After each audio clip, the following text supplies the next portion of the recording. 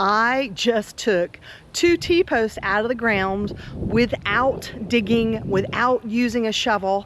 I recorded the whole thing, and in this video, I'm going to show you how I did it, warts and all. Hi everyone, I'm Michelle and welcome back to my meadow. I'm gardening in zone 9A in Northeast Florida.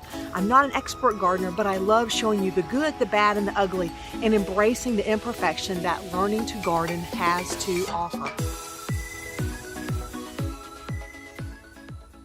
I have loved using T-posts around the yard, but when I want to move them, it has been a real pain. And in the past year, it's almost impossible for me to dig. It's just a problem I have with my foot.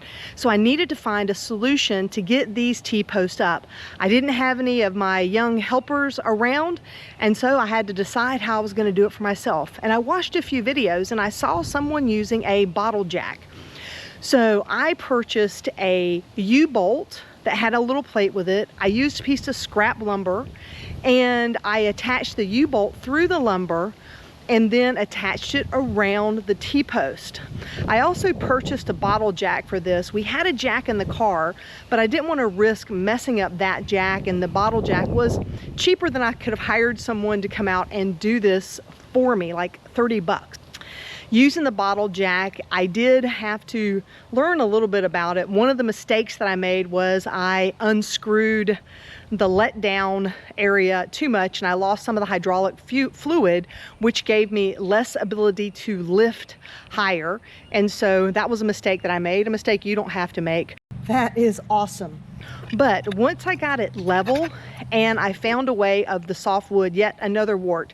This soft wood kept bending into the metal instead of helping it lift. And so next time I will find a better piece of pressure treated lumber, something I have around here, if I ever have to do this again, that won't bend into the metal. But overall, I was able to use a couple of pieces of scrap metal and use it against the wood and get it lifted up.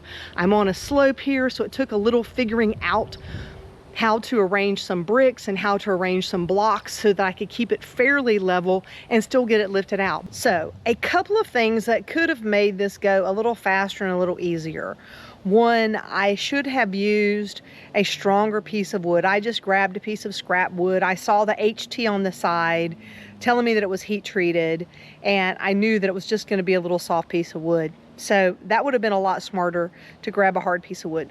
Or right from the get-go, if I needed to use that soft piece of wood, I know that I have some L-shaped angle brackets laying around here in all different kinds of sizes.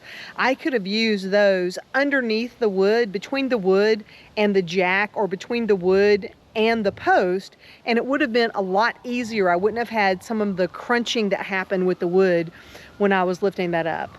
Finally, I should have done a better job setting in my base for the bottle jack, because having a sturdier base would have meant that it stopped sinking down. So on the second post, and I told you guys I would show you the warts of it, on the second post, the more I pressed up, the more this kept going into the ground, and so I wasn't making headway.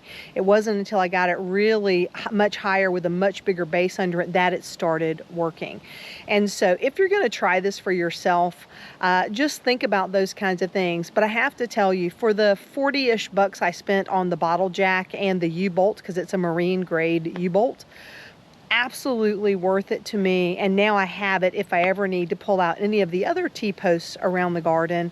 Now I have the tools to do that, and I'm sure I'll find another reason to use that bottle jack around here, because I'm always lifting and moving stuff. So, and now that that T-post is out, we can get this Garden in Minutes garden bed installed over there. If you want to see how I put this Garden in Minutes bed together, be sure to check out this video right here. And until next time, my friends, remember to drink plenty of water, wear that high quality sunscreen, and as always, have a fantastic day.